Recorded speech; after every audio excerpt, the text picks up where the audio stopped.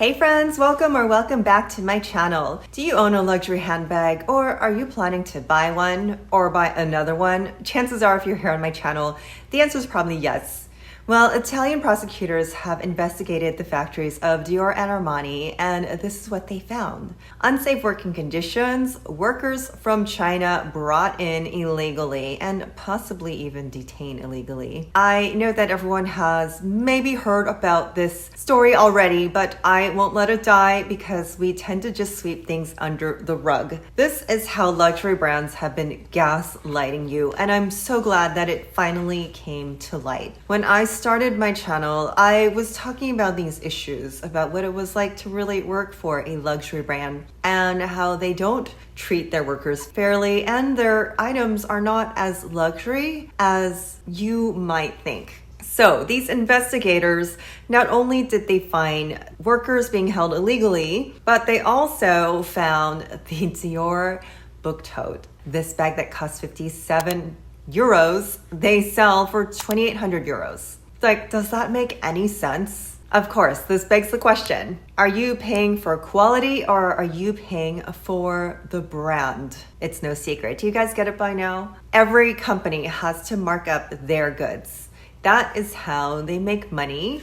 To spend $3,000 and up on a bag that is worth 57 euros. This luxury brand exploited workers. They did not check the working conditions of its contracting employees. One of the facilities, they found sleeping bags and sleeping conditions inside the factory so that bags could be made around the clock. Most of these workers were from China, some of them living in Italy illegally. They were most likely lured by the promise of working for a luxury brand. Trust me, this was no vacation for them. Safety devices were moved from the machines so that the workers could produce them faster. Armani was also found guilty of paying contractors $99 for a bag, selling it for $1,900. At least that's a better discrepancy. These companies are now under administrative notice for a year. Now, why this is important, it's no secret that the fashion industry has been known to violate labor laws. It's just what they do to make more money. Now, it's time to look at the facts. Luxury brands, of course, they like to position themselves as fashion leaders, and that the world's environmental and social ills are caused by mass marketing. It's a you problem, not us. We don't do that, you do. But have you guys figured out now, luxury is mass marketing. They also like to say that their products are scarce. If they can manufacture a story that their products are scarce, this is called manufactured scarcity. Oh, this shoe is only available in 200 units. This watch, there's only 8 in the world. This bag is so hard to get, and that's why she costs $30,000.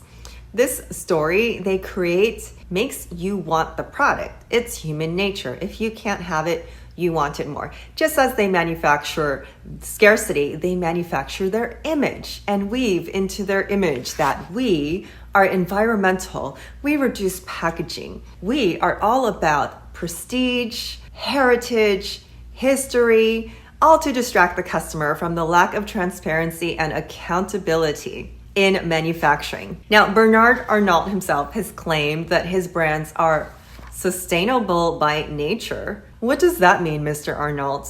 Are you sitting in a tent with solar-powered lights? Is your jet fueled by corn syrup? Are your bags biodegradable? Can we eat them in a famine? What do you mean by sustainable by nature? Now, another thing to address here is the idea that anything made in China is inherently bad and made by child labor.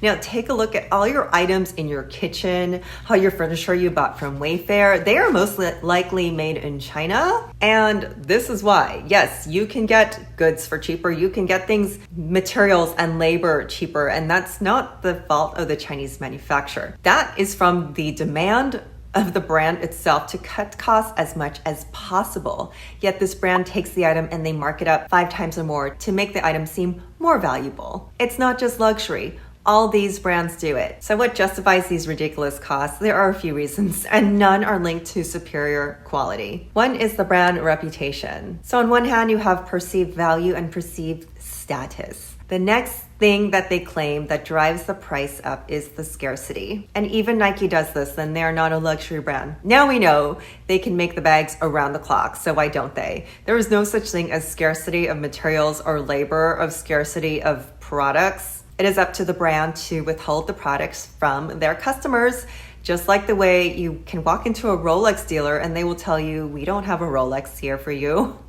And Hermes, how they make you jump through hoops for the chance to purchase a bag. If somebody tells you you can't have it, you just want it more. It's human psychology. However, it's just a bag and it's just a watch. I have heard arguments that it's not just a bag and it's not just a watch. It's a piece of art. Can we all see that the marketing is marketing? There is no luxury item that is essential to have, nor does it compare to actual art that's sitting in the museum. Of course, the motivator is to be able to have these goods and to show other people that you can pay for it, that you've made it in life. And I've even seen people congratulate each other on their bags like it was some kind of Olympic gold medal or trophy. The need to fit in is something that has existed ever since our childhood. Come on, we do want to fit in, I get it. And somehow, despite all this, consumers still think that the higher you pay, the higher the quality, and the less likely it is to be made by child labor. Where does the money go? It does not go to the designer. It does not go to the artisans. It covers the marketing. Look at Vuitton's marketing. Look at Dior's marketing. Stop being gaslit. They create the image of this is who is making your bag. They create the image of this is how you can live your life. They are paying the celebrities to live their Vuitton life, the life that you want. You may be thinking you are paying for premium leather and craftsmanship, but you are paying for the glitzy campaigns and their fancy stores that are constantly being remodeled, updated. You're paying for somebody else's lifestyle. Now, I have been sitting on making this video for a while because I know it was coming off as a rant, and I'm so glad that Nikki Sky did her video with her take on this, because I felt I didn't have the backing. I've heard from influencers and wannabe influencers who don't do luxury content. You should never say anything bad about their brand because that kills any chance that they're going to sponsor you. Now, first of all, we are influencers. The purpose of YouTube is to speak our truth on product reviews. And that is more worth it to me than to earn any type of sponsorship from a brand that is lying to you. Plus, they have plenty of free advertisement from all the influencers here who show off their logos and all their followers who show off their logos. Not only that, but I have been bullied, harassed for showing fake bags on my channel.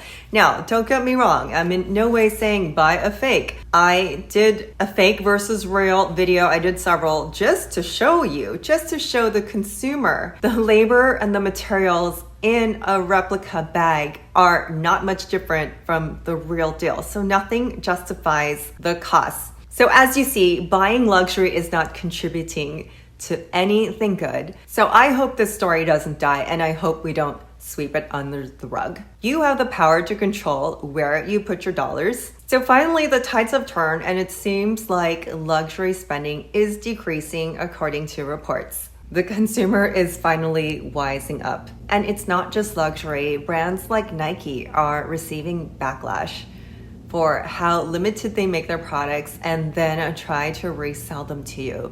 It's not just luxury brands. These corporations will do anything to separate you from your money, and they have enough money to control the media narrative. In fact, media outlets, who do you think their clients are? LVMH. They advertise Sephora. They advertise all these luxury brands, and you don't even realize they are enmeshed with these media groups. And that's why I believe it took so long for the story to be exposed. Don't fall for it, people. Do not be gaslit into thinking that bags denote your status, that luxury is sustainable, or that you are worth your things. Now, I'm not saying we can't have nice things. I'm just saying as consumers, we need to be informed and we need to be aware of the truth in marketing, the truth behind consumer goods, the truth behind luxury, and not support brands that have inhumane practices to their labor force. Why have any loyalty toward a brand, a corporation in the first place when they are not loyal to human rights? These are corporate entities, and worshiping a corporate entity for a thing that makes you appear to be rich, it's time to stop gaslighting yourself. I know it's hard to shop. I am a shopaholic, and quite frankly, everything that we buy is most likely from exploited human labor.